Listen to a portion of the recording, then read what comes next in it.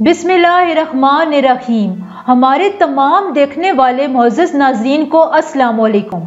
और अल्लाह से इल्तिजा है कि हमारे देखने वाले जहां भी हों खुश हों और अल्लाह अपनी रहमत से आपकी तमाम परेशानियां दूर कर दे, आमीन। नाज़रीन कराम, इस वीडियो में आपको ऐसे 10 काम बताएंगे जो अगर आप करते रहें तो आपकी जिंदगी से गुर्बत हमेशा के लिए खत्म हो जाएगी, दौलत की फरावानी होगी। और ऐसी कौन सी आदत और काम है जिनके करने से घर में बीमारी आती है या आप किसी बड़ी मुसीबत और परेशानी में भी मुब्तला हो सकते हैं। तो मोहतरम नाज़रीन, ऐसे 10 काम जिनके करने से घर में दौलत आती है वो ये हैं। सुबह उठते ही बिस्तर पर लेटे हुए अगर आप 11 बार सल्लल्लाहु अलैहि मोहम्मद पढ़ते रहें तो कुछ अरसे बाद आपकी जिंदगी में खुशहाली आना शुरू हो जाती है और ज़हनी सुकून भी बढ़ता है। नंबर 2, घर में एंटर होते वक्त कुल हुवल्लाहु अहद पढ़ना और सलाम करने से भी घर में इतनी खुशहाली आती है कि पड़ोसियों को भी इसकी बरकत से रिस्क मिलता है। नंबर 3, जानवरों खुसूसन काली चूंटियों और परिंदों को खाना खिलाने से भी खुशहाली आती है। नंबर 4, घर में शहद, जैतून, आबे ज़मज़म रखने से भी रिज़्क की तंगी दूर होती है।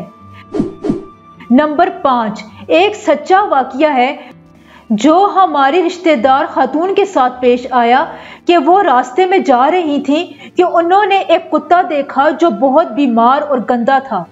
उनके दिल में उस वक्त रहम पैदा हुआ। उन्होंने उस कुत्ते को खाना खिलाया और उस गंदे कुत्ते को नहलाया, धुलाया, साफ किया। अल्लाह को उनकी ये अदा इतनी पसंद आई कि कुछ ही दिनों में उन पर रिस्क और खुशहाली की ऐसी बारिश हुई कि देखने वाले हैरान रह गए। उनके तमाम काम आसान हो गए, बाहर के मुल्क का वीजा लग गया, उन्होंने 2 हज भी किए। उनसे जब भी पूछा जाता तो वो ये वाकया बताती हैं कि इस वाकये के बाद उनकी जिंदगी बिल्कुल ही बदल गई है। नंबर 6, कुरान पाक की तिलावत करना, कुरान पाक के लफ्जों पर गौर करना, कुरान पाक के तलफ़्फ़ुज़ और मानी पर हद से ज्यादा गौर व फिक्र करना, किरात की गलतियों को दूर करना। इस सब से भी इंसान की रूह को खुशी मिलती है और घर में खुशहाली और बरकत का डेरा होता है। नंबर 7, कोई भी अगर आपके घर के दरवाजे पर आकर कुछ मांगे तो उसे कभी भी इनकार नहीं करना चाहिए, क्योंकि बकौल इशफाक अहमद आपको कौन सा अपने पल्ले से देना है। अल्लाह ने आपको दिया है, उसके दिए हुए में से दो। और ये मत देखो कि मांगने वाला कैसा है, कौन है। तुम्हारा काम तो बस देना है, तो फिर दे दो। नंबर 8, मगरिब की नमाज के बाद सूरत वाक़िया पढ़ना बहुत मुजरब और ख़ास है। सूरत वाक़िया परेशानी में घिरे घरों के लिए बरकत के दरवाजे खोल देती है।